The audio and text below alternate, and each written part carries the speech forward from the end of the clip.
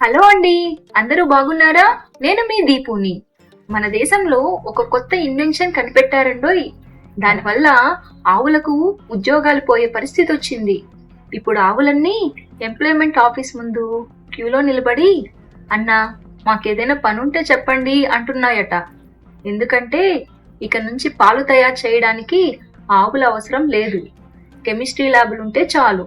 కొంచెం డిటర్జెంట్, కొంచెం యూరియా, కొంచెం రిఫైన్డ్ ఆయిల్, కొంచెం కెమిస్ట్రీ, అంతే 100% ప్యూర్ మిల్క్ రెడీ. ఇది సాధారణ పాలు కాదు, మల్టీపర్పస్ మిల్క్. తాగొచ్చు, బట్టలు ఉతకొచ్చు, అది ఫ్రంట్ లోడ్ అయినా టాప్ లోడ్ అయినా. వాషింగ్ మిషన్ కూడా హ్యాపీ. అంతేకాదు టాయిలెట్ కూడా క్లీన్ చేస్తుంది. కానీ ఒకటే డౌట్, ఇది పాలు అమ్ముతున్నారా లేక క్లీనింగ్ లిక్విడ్ అమ్ముతున్నారా? ఇంత గొప్ప టెక్నాలజీ కనిపెట్టిన వాళ్ళు పేటెంట్ తీసుకోలేదు, నోబెల్ ప్రైజు అడగడం లేదు, పద్మశ్రీలు కూడా వద్దంట. ఎందుకంటే వాళ్ళకి పేరు అవసరం లేదు, ప్రశంసలు అవసరం లేదు, జిఎస్టి వద్దు, ఇన్కమ్ ట్యాక్స్ వద్దు. వాళ్ళకి ఒకటే కావాలి, లాభం లాభం లాభం. కానీ ఇది కేవలం పాల కథ మాత్రమే కాదు. మనం ప్రతిరోజు తినే ఆహారం వెనక కోట్ల రూపాయల కల్తీ సామ్రాజ్యం ఉంది. అసలు ఈ కల్తీ మాఫియా ఎలా బతుకుతోంది? ఈరోజు అదే తెలుసుకుందాం. నవ్విస్తూ, ఆలోచింపజేస్తూ, నిజాన్ని సులభంగా చెప్పే మరో మోడ్రన్ బుర్రకథకి స్వాగతం. పాలు తాగడం మానేస్తే సమస్య అయిపోతుందా? అయ్యో, అది ట్రైలర్ మాత్రమే. ఇప్పుడు మన కిచెన్ లోకి ఒకసారి రండి. ఈ రోజు నెయ్యి బాటిల్ మీద చూడండి, 100% ప్యూర్ కౌ ఘీ అని ఉంటుంది. లోపలేముందో ఆ దేవుడికే తెలుసు. కొన్ని చోట్ల వనస్పతికి ఆవు నెయ్యి కవరింగ్ వేస్తారు, గోల్డ్ ప్లేటింగ్ వేసినట్లు. తర్వాత తేనె బాటిల్ మీద నేచురల్ ఆర్గానిక్ ఫారెస్ట్ హనీ అని ఉంటుంది. లోపల చక్కెర పాకం ఎక్కువ, తేనె తక్కువ. తేనెటీగ కూడా బాటిల్ చూసి ఏంట్రా ఇది అని అంటుంది. ఇప్పుడు పసుపు. మనకు పసుపు ఎంత ఎల్లోగా ఉంటే అంత ప్యూర్ అనిపిస్తుంది. అదే వీక్నెస్. కొన్ని సందర్భాల్లో అందంగా కనిపించాలనే ఉద్దేశంతో అనుమతి లేని రంగులు కలిపిన ఘటనలు అధికారులు బయట పెట్టారు. అయ్యో, కూరలో వెయ్యాలా లేక గోడకి పెయింట్ వెయ్యాలా అర్థం కాకుండా చేస్తారు. కారం కూడా అంతే, చూడడానికి సూపర్, లోపల స్టోరీ వేరే. మామిడి పండు, అరటి పండు, బొప్పాయి, ప్రకృతి చెబుతుంది కొన్ని రోజులు ఆగు అని. కానీ మన మాఫియా మల్లన్న మాకంత టైం లేదు.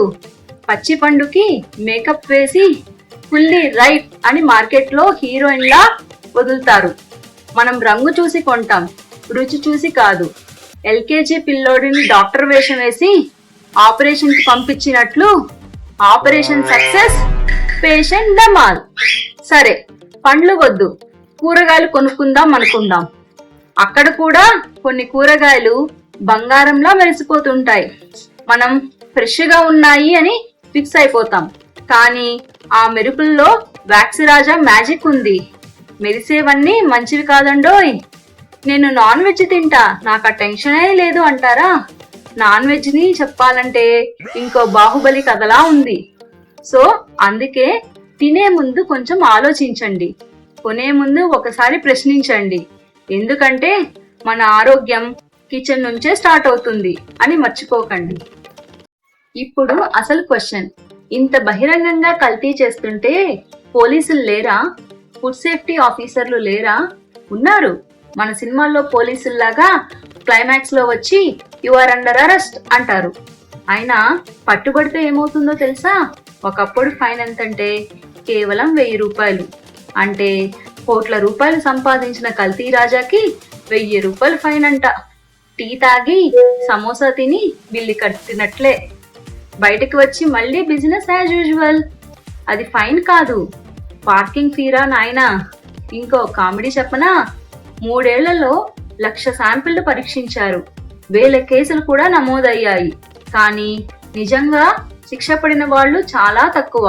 అంటే ఎగ్జామ్ హాల్లో కాపీ కొడుతూ పట్టుబడితే ఇన్విజిలేటర్లు ఈసారికి వదిలేస్తున్నా, మళ్ళీ చెయ్యొద్దు అన్నట్లుంది. ఇంకొక మాస్టర్ స్ట్రోక్.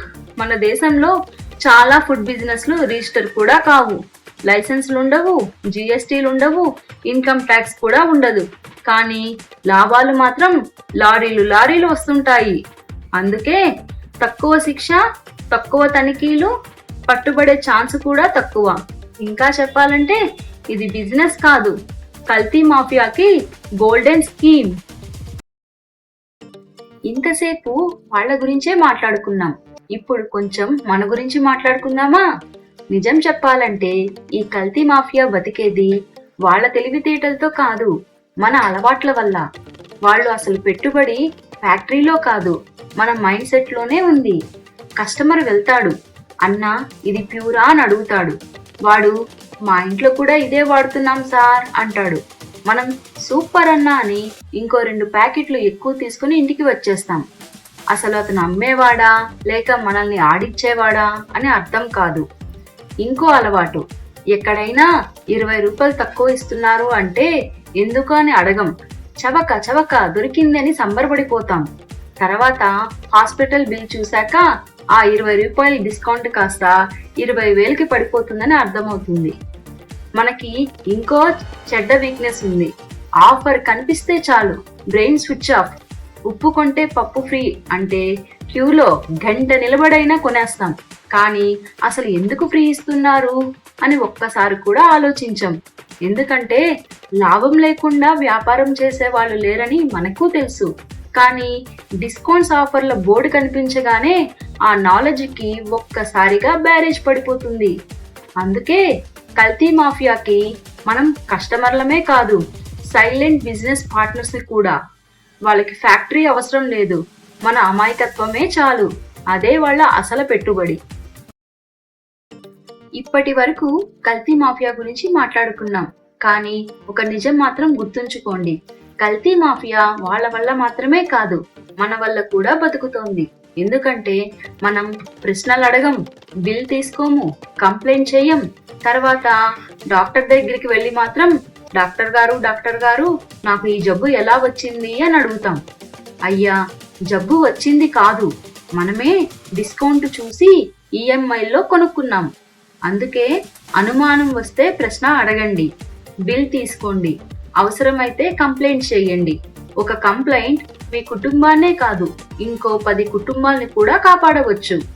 వ్యాధులు ఊరికే రావు, మన అశ్రద్ధ, మన అమాయకత్వం, మరికొందరికి అత్యాశ, ఈ 3 కలిసి కల్తీ వ్యాపారస్తుల్ని బతికిస్తున్నాయి, ఆసుపత్రుల్ని నింపేస్తున్నాయి.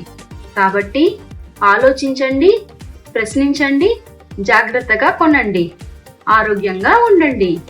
నవ్విస్తూ ఆలోచింపజేస్తూ మరో మోడ్రన్ బుర్రకథతో మళ్ళీ మీ ముందుకు వస్తాను. నేను మీ దీపుని. జై